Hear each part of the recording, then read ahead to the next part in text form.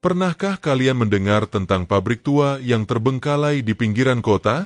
Tempat di mana waktu seakan berhenti, dan suara-suara aneh masih terdengar di malam hari? Pabrik ini dulu pernah menjadi kebanggaan kota. Berlokasi di pinggiran Jawa Barat, bangunan megah ini dulunya adalah pabrik tekstil terbesar di daerah tersebut. Ratusan karyawan bekerja di sini. Suara mesin-mesin pemintal, suara gelak tawa para buruh, dan aktivitas yang tak pernah berhenti menjadi pemandangan sehari-hari. Namun, semuanya berubah 15 tahun yang lalu. Suatu hari, pabrik ini tiba-tiba ditutup tanpa alasan yang jelas. Para pekerja, yang bergantung hidup dari gaji mereka di pabrik ini, mendadak kehilangan mata pencaharian. Tidak ada pesangon, tidak ada uang THR. Semuanya lenyap begitu saja. Tapi, cerita yang beredar di kalangan masyarakat bukan soal kebangkrutan. Malam sebelum pabrik itu resmi tutup, sesuatu yang mengerikan terjadi. Seorang mandor bernama Pak Mulyono ditemukan tewas di dalam kantor administrasi. Tubuhnya kaku di atas kursi, dengan wajah yang membiru dan mata yang melotot, seolah-olah dicekik oleh sesuatu yang tak terlihat. Beberapa buruh yang masih tersisa mencoba menghubungi pihak kepolisian, tapi tak ada petunjuk jelas bagaimana ia bisa mati. Akhirnya, kasus ini ditutup begitu saja, dan pabrik ini perlahan dilupakan. Namun, ada satu hal yang membuat tempat ini tidak pernah benar-benar kosong. Sejak malam kematian Pak Mulyono, warga yang tinggal di sekitar pabrik sering mendengar suara aneh. Kadang, di tengah malam, suara mesin-mesin tekstil terdengar berdengung, meskipun tidak ada listrik di sana. Lalu, ada yang melihat sosok bayangan tinggi berdiri di jendela lantai 2. Sosok itu hanya diam, memperhatikan siapapun yang lewat. Beberapa orang yang penasaran mencoba masuk, dan tidak ada satupun yang berani kembali ke sana untuk kedua kalinya. Namun, ada satu kelompok yang tidak peduli dengan cerita-cerita itu. Mereka adalah sekelompok anggota ormas yang tiap tahun berkeliling meminta THR dari pabrik-pabrik di kota. Dan tahun ini, mereka kehabisan target. Sampai akhirnya, seseorang mengusulkan ide gila. Gimana kalau kita ke pabrik tua itu? Siapa tahu masih ada aset atau uang yang bisa kita ambil. 5 orang dari kelompok ini akhirnya setuju untuk pergi ke sana. Mereka adalah Jaya, Tegar, Ucok, Bagas, dan Roni. Malam itu, dengan penuh percaya diri, mereka berangkat menuju pabrik tua, tanpa tahu bahwa malam itu akan menjadi malam terburuk dalam hidup mereka. Dan bagi sebagian dari mereka, itu akan menjadi malam terakhir. Pukul 11 malam, Jaya dan teman-temannya berdiri di depan gerbang besar pabrik tua itu. Mereka menatap bangunan megah yang kini terbengkalai, berdiri sunyi di bawah cahaya bulan. Dindingnya dipenuhi lumut, atapnya sudah mulai runtuh di beberapa bagian. Jendela-jendelanya gelap dan kosong, seolah-olah sedang memperhatikan mereka. Ucok menghembuskan napas berat. Gue masih nggak yakin sama tempat ini.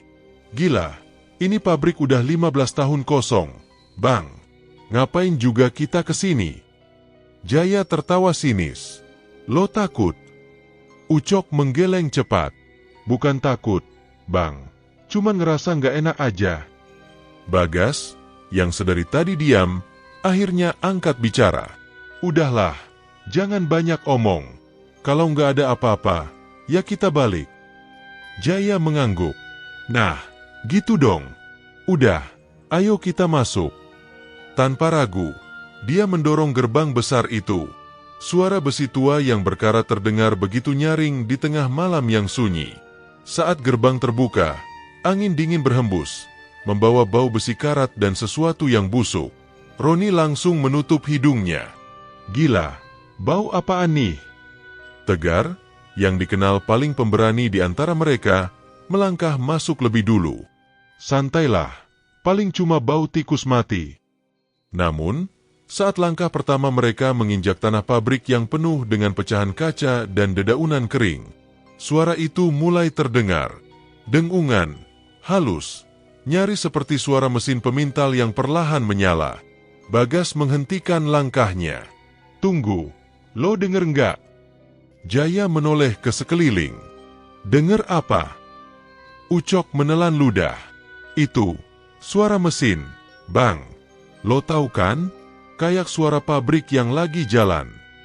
Mereka semua terdiam. Benar saja. Di dalam pabrik yang sudah 15 tahun terbengkalai ini, suara mesin terdengar samar-samar. Jaya mengerutkan dahi. Ah, paling angin doang. Tegar mengangguk, mencoba menenangkan diri. Iya, jangan parno. Udah, jalan terus aja. Mereka melangkah masuk lebih dalam. Di dalam pabrik, keadaan jauh lebih mengerikan daripada yang mereka bayangkan. Langit-langit tinggi yang dulu dipenuhi lampu-lampu neon kini hanya menyisakan besi-besi berkarat yang menjuntai. Lantai dipenuhi bekas jejak kaki yang sudah membekas di debu, seolah-olah ada orang yang masih berjalan di sini. Ucok merinding. Gila, kayak ada yang masih kerja di sini. Jaya mengabaikannya. Dia mengarahkan senter ke depan, mencari jalan menuju kantor administrasi, tempat di mana brankas pabrik dulu berada. Tapi baru beberapa langkah, mereka semua berhenti. Suara langkah kaki. Dari ujung lorong yang gelap, Tegar mengangkat senter tinggi-tinggi, menyorot ke arah suara itu berasal. Namun, tidak ada siapa-siapa. Hanya bayangan panjang mereka sendiri, memantul di dinding pabrik. Ucok mulai panik. Bang, gue nggak yakin ini tempat yang bagus buat dicari-cari masalah. Jaya mendesis. Diam. Udah sejauh ini, jangan balik dulu. Kalau ada sesuatu yang bisa kita ambil, kita ambil. Mereka pun melanjutkan perjalanan. Lorong panjang yang mengarah ke kantor administrasi semakin gelap. Lampu senter mereka mulai berkedip-kedip, seolah ada sesuatu yang mengganggu sinyal listriknya. Dan di ujung lorong itu, mereka melihatnya. Sebuah pintu kayu besar dengan tulisan pudar di atasnya. Kantor administrasi. Disinilah tempat Pak Mulyono ditemukan tewas 15 tahun yang lalu. Jaya menoleh ke teman-temannya dan tersenyum sinis. Nah, sampai juga. Udah siap.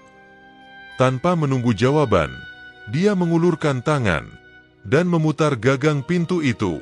Pintu terbuka perlahan, dan di dalamnya, udara semakin dingin. Ucok menggigil. Kenapa gue ngerasa ada yang lagi ngeliatin kita? Tidak ada yang menjawab, karena di sudut ruangan, ada sesuatu yang berdiri diam, menatap mereka.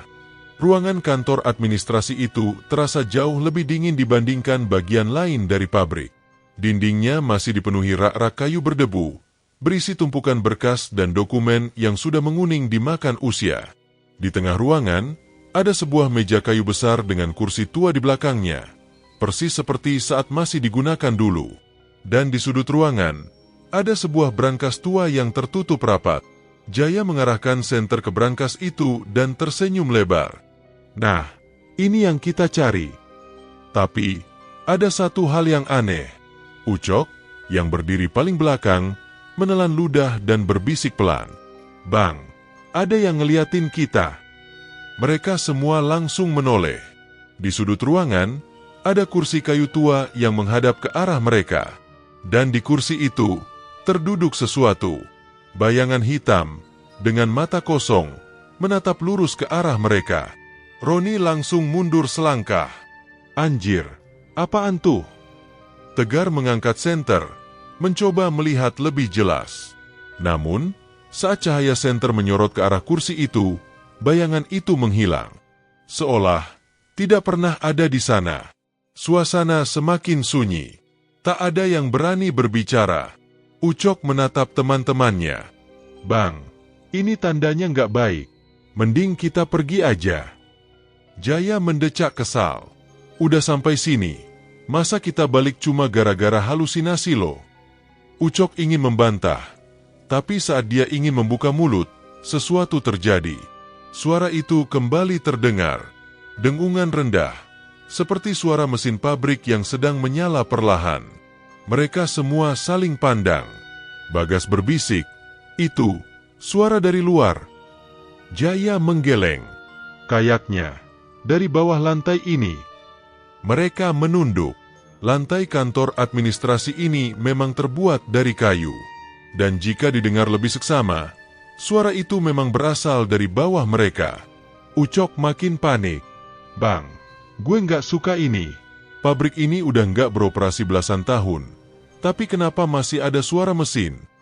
Jaya mengabaikan ketakutan Ucok. Dia melangkah mendekati brankas tua di sudut ruangan dan meraba permukaannya. Besinya sudah berkarat, tapi terasa masih kokoh. Tegar ikut mendekat. Bisa dibuka nggak? Jaya mencoba menarik pegangannya. Brankas itu sedikit terbuka. Tapi saat mereka hendak membukanya lebih lebar, tiba-tiba, pintu kantor tertutup sendiri dengan keras. Ucok langsung berteriak, "Astaga! Siapa yang nutup pintu?" Mereka semua mundur. Pintu itu bergerak sendiri, seakan ada seseorang di luar yang baru saja membantingnya. Roni mencoba menarik gagangnya, tapi pintu itu terkunci rapat. "Bang, kita kejebak!" Serunya panik. Tapi sebelum ada yang sempat merespon, dengungan itu semakin keras. Dan kali ini, suara mesin lain ikut terdengar. Bukan hanya dengungan, tapi juga suara. Suara kain yang digunting, suara benang yang ditarik, suara langkah kaki. Seolah-olah, pabrik ini kembali beroperasi. Jaya mencoba tetap tenang. "Dengerin gue, kita harus keluar dari sini." Tapi sebelum mereka bisa bergerak, dari luar ruangan, terdengar suara langkah kaki. Seseorang atau sesuatu sedang berjalan di luar ruangan. Langkahnya pelan, teratur, dan semakin lama, semakin dekat ke arah mereka. Ucok mencengkeram lengan Bagas dengan erat. "Bang, gue takut." Jaya mencoba melihat ke celah pintu, dan saat itulah mereka melihatnya. Sepasang kaki berdiri diam tepat di depan pintu. Tegar berbisik, "Siapa itu?" Tak ada yang menjawab, karena sosok di balik pintu itu tidak memiliki bayangan. Jaya menahan napas. Matanya tetap terfokus ke celah pintu yang kini terasa seperti batas antara dunia nyata dan sesuatu yang lebih gelap. Sepasang kaki itu masih berdiri di sana, diam, tanpa gerakan sedikit pun. Ucok gemetar. "Bang, itu apaan?" Bagas menelan ludah. "Jangan-jangan itu yang punya tempat ini." Roni mencoba berpikir logis.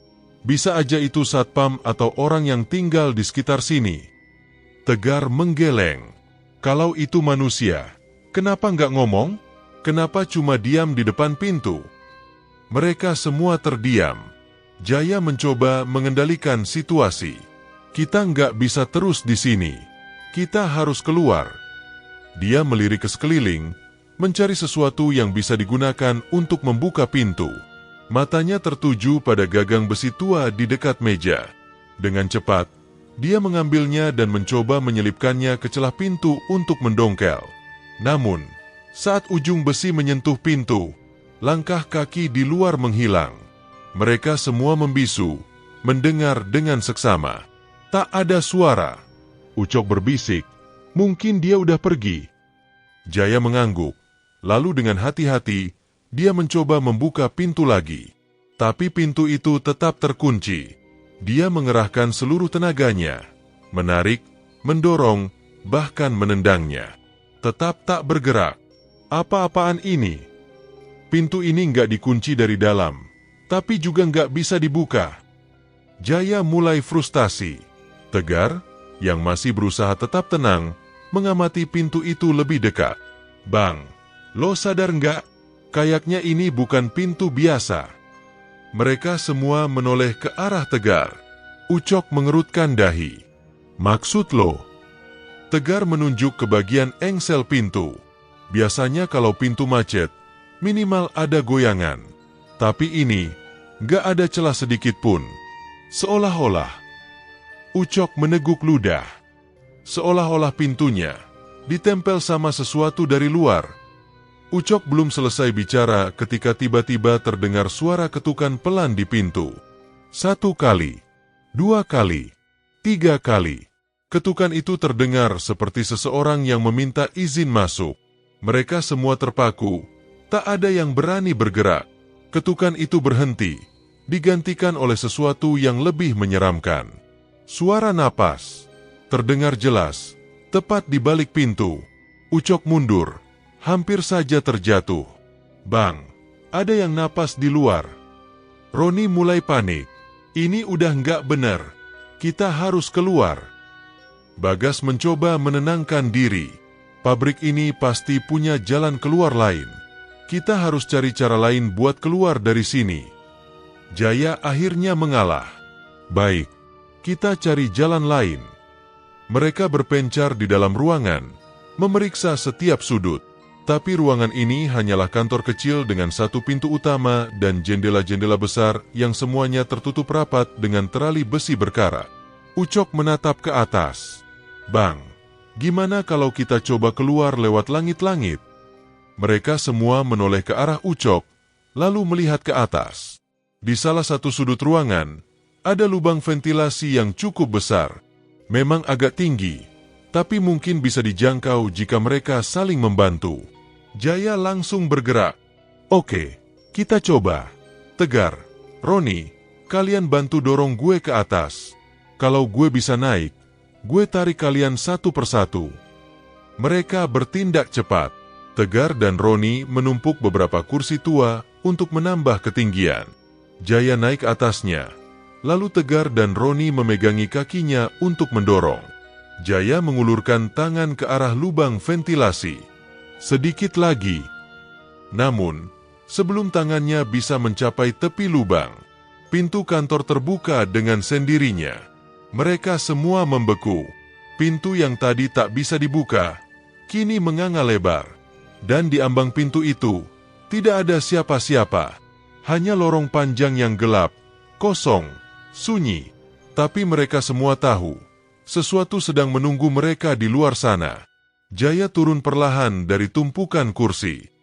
Kita nggak punya pilihan. Kita harus keluar dari sini sekarang. Mereka semua saling menatap. Dan satu persatu, mereka melangkah keluar dari ruangan, memasuki kegelapan lorong pabrik tua itu, tanpa tahu bahwa malam ini, bukan hanya lorong itu yang menunggu mereka, tapi juga sesuatu yang lain. Mereka berdiri di ambang pintu, menatap lorong panjang yang gelap dan terasa begitu sunyi. Ucok menelan ludah. Bang, gue ngerasa kita nggak sendirian di sini. Jaya mencoba tetap tenang. Udah. Jalan aja, jangan banyak omong. Mereka mulai melangkah, satu persatu keluar dari ruangan administrasi. Lorong ini dulunya adalah tempat para pekerja berlalu lalang, tapi sekarang hanya tersisa sisa-sisa masa lalu. Lantai yang berdebu, dinding dengan coretan-coretan pudar, dan bau besi berkarat yang menusuk hidung. Namun, ada satu hal yang terasa salah. Ucok menoleh ke belakang. Bang, pintunya. Mereka semua menoleh. Pintu kantor administrasi yang tadi terbuka lebar, kini sudah tertutup rapat. Jaya mencoba berpikir logis. Mungkin angin. Tapi sebelum dia selesai bicara, Roni menunjuk ke lantai dengan wajah pucat. Itu, jejak kaki siapa? Mereka semua melihat ke lantai berdebu. Di sana, ada jejak kaki, basah. Bukan jejak mereka. Jejak itu tampak menuju lebih dalam ke lorong, mengarah ke dalam kegelapan. Ucok mulai panik. Bang, kita nggak usah ikutin jejak ini. Kita cari jalan lain. Jaya menghela napas. Lo pikir kita ada pilihan? Mereka menyalakan senter dan mulai berjalan lebih dalam ke lorong. Langkah mereka menggema, seakan ada lebih banyak orang yang berjalan di belakang mereka. Bagas berhenti. Tunggu, suara langkah kita kenapa banyak? Mereka semua langsung menoleh ke belakang. Tak ada siapa-siapa. Tapi suara langkah itu masih terdengar. Bahkan setelah mereka berhenti, seseorang atau sesuatu sedang berjalan bersama mereka. Ucok menutup telinganya. Bang, ini nggak benar. Kita balik aja. Tapi sebelum mereka sempat bergerak, lorong di belakang mereka berubah. Mereka semua membelalakan mata. Jalan yang tadi mereka lewati menghilang. Kini, di belakang mereka hanya ada dinding kosong. Ucok hampir berteriak, "Gila, kita kejebak." Jaya mencoba berpikir cepat. "Jangan panik. Satu-satunya jalan cuma ke depan." Mereka semua terpaksa melanjutkan perjalanan. Lorong itu semakin panjang, semakin gelap, dan semakin dingin. Di sisi kanan dan kiri, ada ruangan-ruangan kosong dengan pintu kayu tua yang sudah lapuk. Bagas bergumam, "Kita harus cari jalan keluar dari ruangan-ruangan ini." Jaya mengangguk. "Oke, kita cek satu persatu." Dia membuka pintu pertama. Kosong. Hanya sisa-sisa meja dan kursi tua yang sudah rusak. Mereka bergerak ke pintu kedua. Kosong juga. Tapi, ada sesuatu di lantainya. Tegar memungutnya. Kertas. Kayak laporan lama. Mereka melihat isinya. Tanggal 3 Mei 2010. Pekerja Mulyono. Keterangan, Mulyono ditemukan tewas di ruang produksi dengan kondisi mengenaskan. Diduga kecelakaan kerja, tapi beberapa pekerja mendengar suara aneh di malam sebelumnya. Ucok membaca ulang tulisan itu. "Mulyono, bukannya itu yang dulu mati di sini?" Jaya mengangguk pelan. "Berarti, ini tempat kejadian dia meninggal." Ucok menelan ludah. "Lo masih yakin kita aman di sini?" Tapi sebelum ada yang menjawab, "Tolong." Sebuah suara pelan terdengar dari ruangan berikutnya. Mereka semua membeku. Bagas berbisik, "Lo dengar itu?" Mereka berjalan perlahan ke arah suara itu. Pintu ruangan ketiga sedikit terbuka. Dari dalamnya, terdengar suara isakan pelan. Jaya mengangkat tangan, memberi isyarat agar yang lain bersiap. Perlahan, dia mendorong pintu itu lebih lebar. Dan di dalamnya, ada seorang pria tua duduk di sudut ruangan. Bajunya kotor, tubuhnya kurus, dan wajahnya pucat pasi. Pria itu menangis pelan. Ucok langsung mundur. "Siapa dia?" Jaya mencoba tetap tenang. "Pak, Bapak siapa?" Pria itu mendongak. Mata mereka langsung melebar. Pria itu tidak memiliki bola mata, hanya rongga kosong yang menghitam. Tapi mulutnya bergerak, mengucapkan sesuatu dengan suara lirih. "Kalian tidak seharusnya ada di sini." Mereka semua terpaku. Lalu tiba-tiba, pria itu menghilang. Hanya menyisakan ruangan kosong dan udara yang semakin dingin. Ucok sudah gemetar hebat. "Kita keluar dari sini sekarang juga." Tapi begitu mereka berbalik ke pintu, lorong itu sudah berubah lagi. Kini, pabrik itu terlihat seperti masih beroperasi. Lampu-lampu menyala redup. Mesin-mesin berjalan perlahan. Dan di kejauhan, mereka melihat siluet para pekerja. Mereka berjalan, bekerja, menjahit. Namun, tak ada satupun dari mereka yang memiliki wajah.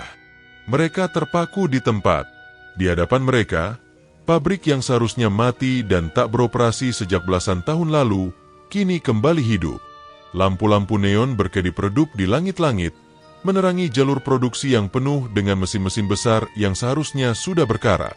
Suara dengungan mesin terdengar dari segala arah, bercampur dengan suara gunting kain, suara jahitan yang bergerak cepat, dan suara langkah kaki para pekerja. Para pekerja itu berjalan di antara mesin-mesin, tapi wajah mereka tidak ada. Tidak ada mata, tidak ada hidung, tidak ada mulut, hanya kulit rata seakan wajah mereka dihapus. Ucok mundur beberapa langkah. "Bang, ini bukan pabrik biasa. Kita harus keluar dari sini."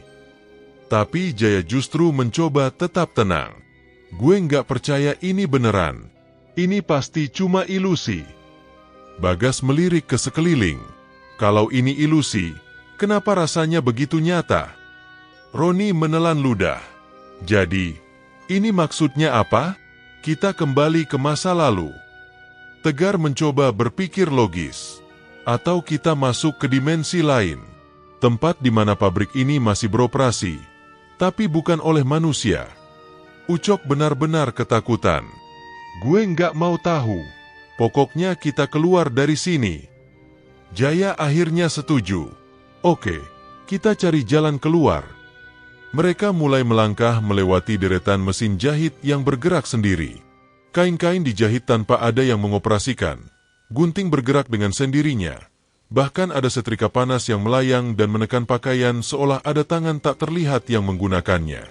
Tapi yang paling membuat bulu kuduk mereka meremang adalah para pekerja tanpa wajah itu.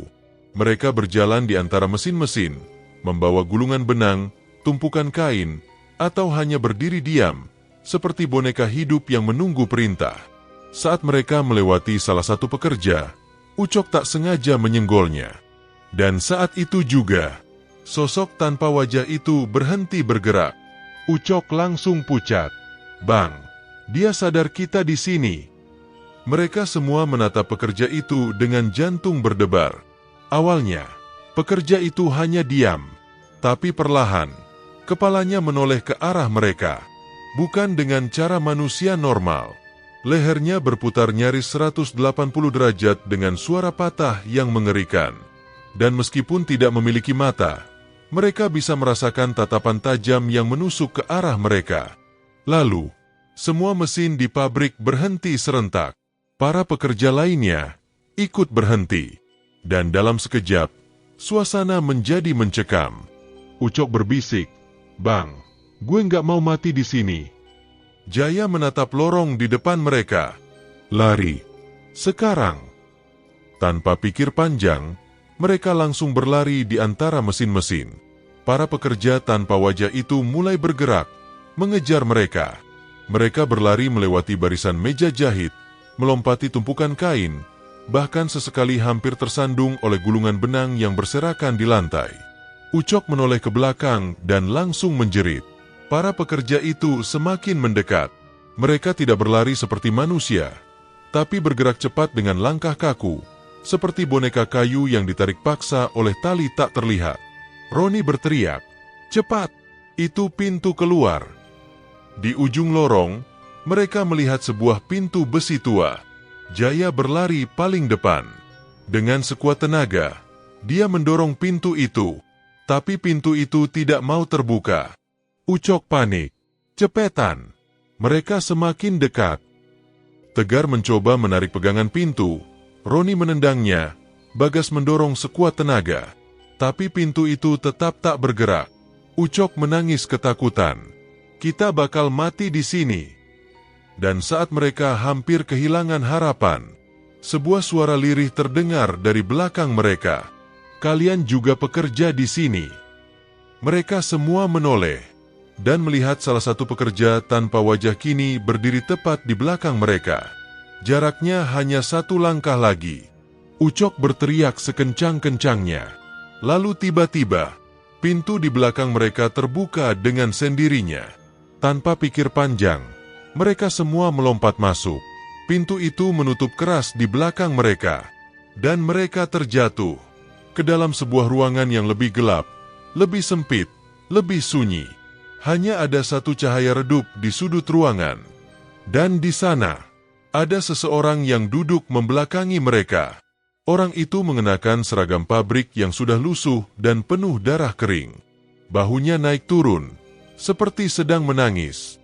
Dan saat mereka mendekat, orang itu berbicara dengan suara serak. "Kalian ingin THR, kan?"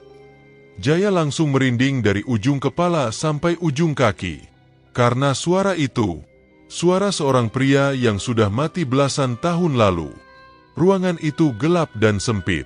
Hanya ada satu lampu redup yang menggantung di sudut, berayun pelan seolah tertiup angin yang tak terasa. Dan di bawah cahaya itu, seseorang sedang duduk membelakangi mereka. Bajunya seragam buruh pabrik yang sudah usang, penuh bercak darah kering. Bahunya naik turun seperti sedang menangis. Ucok gemetar. "Bang, gue nggak suka ini. Kita cabut aja."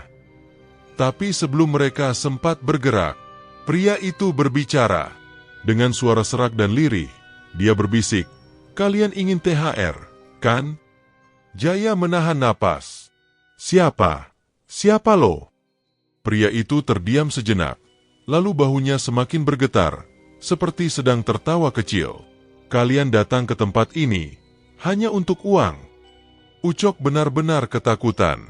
Bang, gue nggak peduli dia siapa. Kita harus keluar dari sini sekarang. Tegar menatap Jaya. Gue juga setuju. Kita nggak bisa tetap di sini. Jaya mengangguk. Oke, kita pelan-pelan mundur.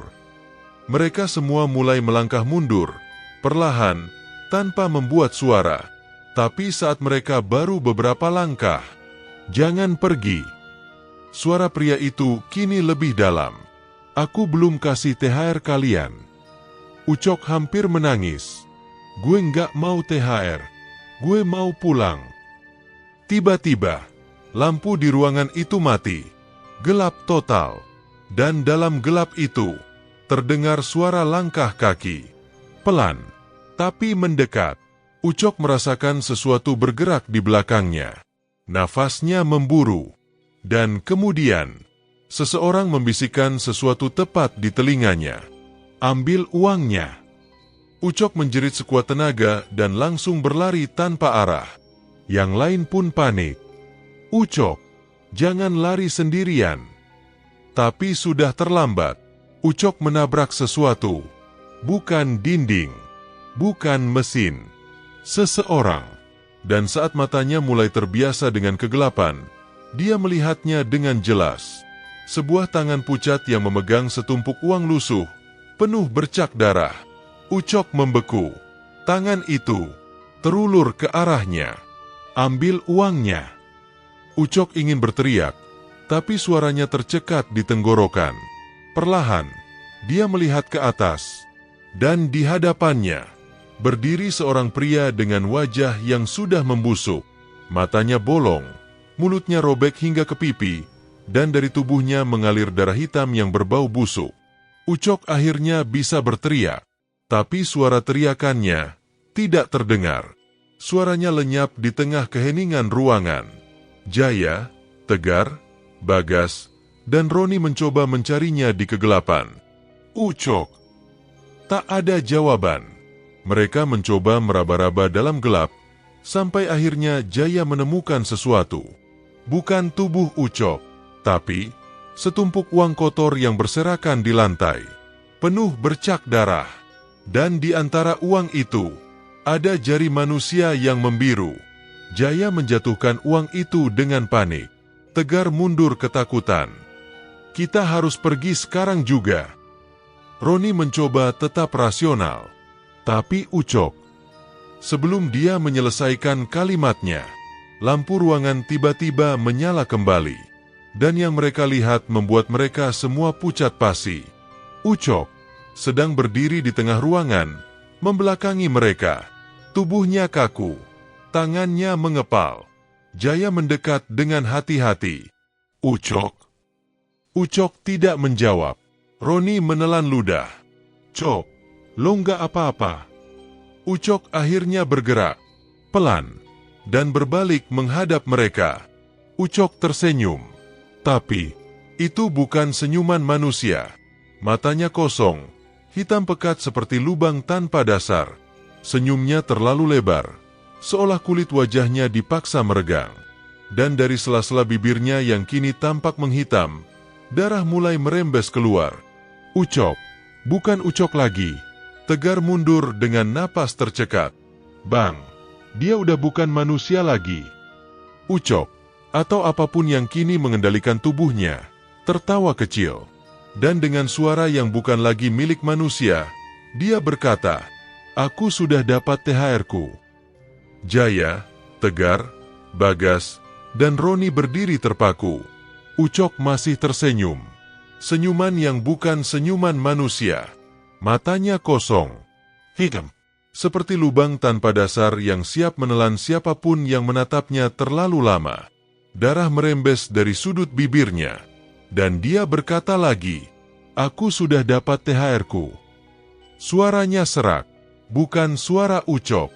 Tegar mencoba berpikir jernih. Bang, kita harus pergi.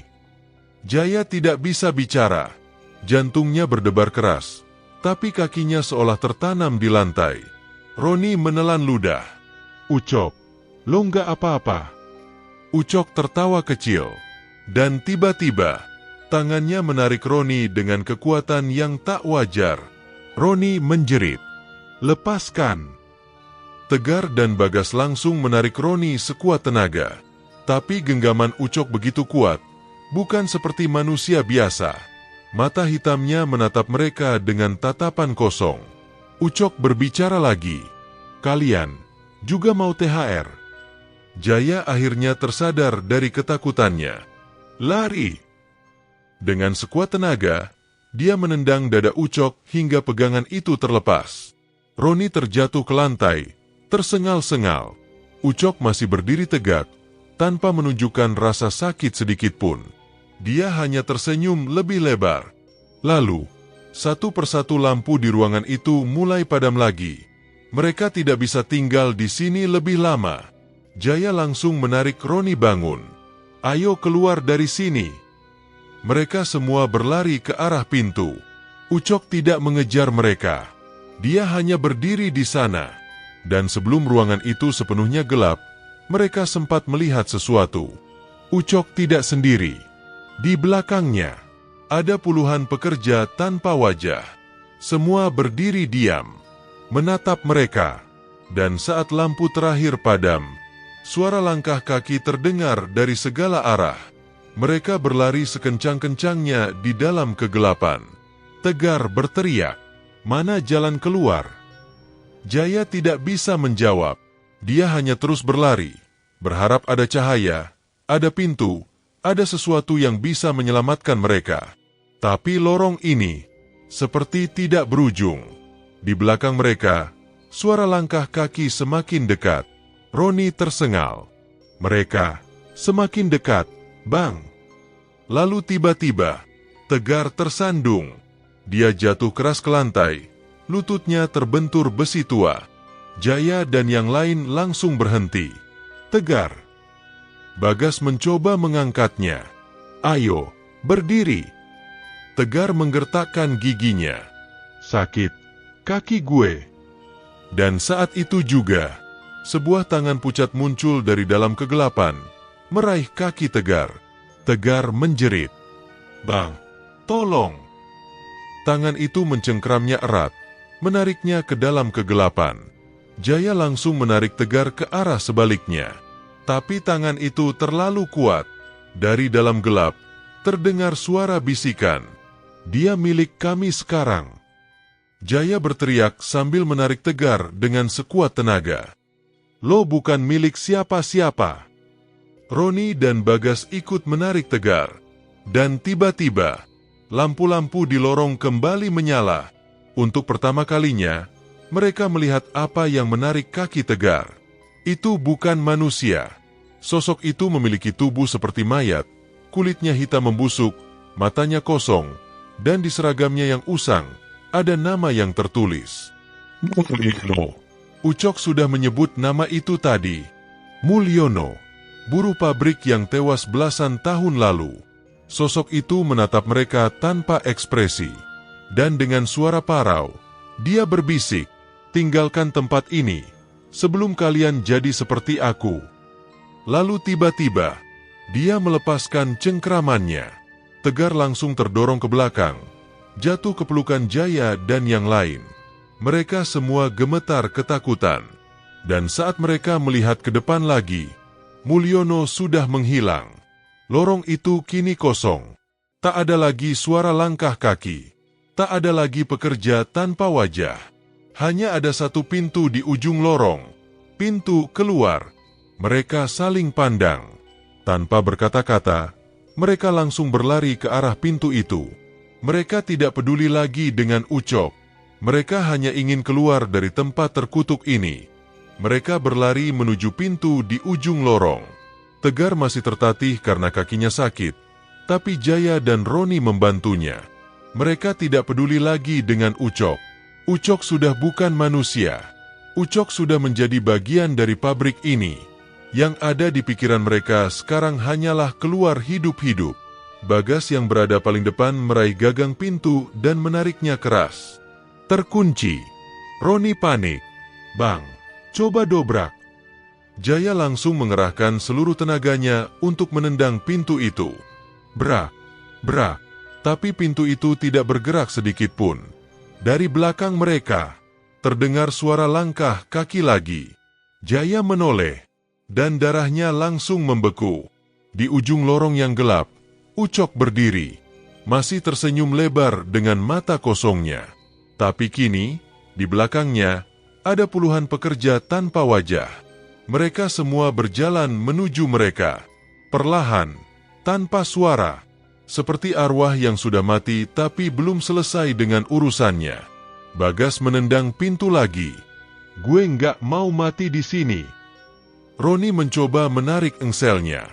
Bang, lo bawa sesuatu buat congkel nggak? Jaya meraba saku celananya dan menemukan sesuatu. Kunci pas yang dia ambil dari meja pabrik tadi. Tanpa pikir panjang, dia langsung mencongkel engsel pintu dengan sekuat tenaga. Ucok dan para pekerja itu semakin dekat. 10 meter. Engsel pintu mulai goyah. 8 meter. Jaya mengerahkan seluruh kekuatannya. 5 meter. Ucok berhenti berjalan. Dia hanya menatap mereka. Dan dengan suara yang bukan suara manusia lagi, dia berbisik, "Kalian sudah milik kami." 3 meter. Jaya akhirnya berhasil membuka engsel pintu. Tanpa berpikir panjang, dia langsung menendang pintu itu. Dan pintu terbuka. Mereka semua langsung melompat keluar. Saat tubuh mereka keluar dari pabrik, suasana langsung berubah. Tidak ada lagi suara langkah kaki. Tidak ada lagi pekerja tanpa wajah. Tidak ada lagi Ucok. Tidak ada lagi pabrik yang hidup. Mereka melihat sekeliling. Pabrik itu sudah kembali menjadi bangunan kosong yang tua dan usang. Seakan tidak pernah ada sesuatu yang terjadi di dalamnya. Hanya ada angin malam yang berhembus pelan, dan keheningan yang mencekam. Bagas jatuh terduduk, masih terengah-engah. Tegar melihat ke pintu pabrik yang kini sudah terbuka. Apa? Kita benar-benar sudah keluar? Roni menelan ludah. Gue nggak tahu, tapi gue nggak mau ke sana lagi. Jaya berdiri, matanya masih terpaku pada pabrik itu. Ucok. Mereka semua terdiam. Mereka meninggalkan Ucok di dalam. Tapi, Ucok sudah bukan Ucok lagi. Dia sudah menjadi bagian dari pabrik itu. Jaya mengepalkan tangannya. Kita harus lapor ke orang-orang. Kita nggak bisa biarin pabrik ini tetap ada. Tegar menoleh padanya. Bang, lo yakin bakal ada yang percaya? Jaya terdiam. Siapa yang akan percaya kalau mereka bilang ada pabrik tua yang dihuni oleh pekerja tanpa wajah? Siapa yang akan percaya kalau Ucok sudah berubah menjadi sesuatu yang bukan manusia? Mereka semua menatap pabrik itu untuk terakhir kalinya. Dan di dalam keheningan malam, terdengar suara lirih dari dalam pabrik. THR. Aku sudah dapat THR-ku. Suara Ucok. Mereka langsung berlari meninggalkan tempat itu tanpa menoleh ke belakang. Mereka tidak akan pernah kembali ke pabrik ini lagi. Tapi jauh di dalam pabrik yang gelap, Ucok masih berdiri di sana. Matanya kosong. Mulutnya masih menyunggingkan senyum yang mengerikan. Dan di tangannya, ada setumpuk uang lusuh yang berlumuran darah. Jaya, Tegar, Roni, dan Bagas berlari secepat yang mereka bisa, meninggalkan pabrik tua yang kini sunyi. Mereka tidak akan pernah kembali ke sana lagi. Tidak peduli seberapa besar rasa bersalah mereka meninggalkan Ucok di dalam. Mereka tahu Ucok sudah bukan Ucok lagi. Setelah beberapa menit berlari, mereka akhirnya sampai di jalan besar. Jaya langsung merogoh ponselnya. Tangannya masih gemetar saat mencoba menelepon seseorang. Tidak ada sinyal. Roni menendang batu di pinggir jalan dengan kesal. Gue udah bilang, tempat itu nggak benar. Tegar terduduk di pinggir jalan, masih terengah-engah. Bang, kita harus cerita ke orang-orang. Kita nggak bisa biarin ini terus terjadi. Bagas mengangguk, meskipun wajahnya masih pucat. Iya, pabrik itu harus dihancurkan. Jaya terdiam. Pandangannya kembali tertuju ke pabrik tua itu yang kini berdiri angkuh di kejauhan. Malam itu, mereka akhirnya pulang dengan hati yang masih dipenuhi ketakutan. Beberapa hari kemudian, Jaya dan teman-temannya sudah berusaha melupakan kejadian itu. Mereka sepakat tidak akan pernah membicarakannya lagi. Mereka tahu, tidak akan ada yang percaya. Tapi sesuatu yang aneh mulai terjadi. Semua orang mulai bertanya-tanya, di mana Ucok? Keluarganya melapor ke polisi. Teman-teman ormasnya ikut mencari. Tapi tidak ada yang tahu kemana Ucok menghilang. Dan yang lebih aneh lagi, kantong Jaya, Tegar, Roni, dan Bagas selalu penuh dengan uang lusuh. Setiap kali mereka mengeluarkan dompet atau merogoh kantong celana, mereka selalu menemukan uang kertas yang kotor dan berbau anyir. Seperti uang yang pernah mereka lihat di pabrik itu. Uang yang Ucok pegang sebelum dia berubah. Mereka mencoba membuangnya, membakarnya, atau bahkan melemparkannya ke sungai. Tapi anehnya, uang itu selalu kembali. Setiap pagi, saat mereka bangun tidur, mereka akan menemukan setumpuk uang lusuh di meja mereka. Dan yang lebih mengerikan, mereka mulai melihat sesuatu di cermin. Saat bercermin di pagi hari, ada sesuatu yang berdiri di belakang mereka. Ucok, masih dengan senyum lebarnya, masih memegang uang yang berlumuran darah.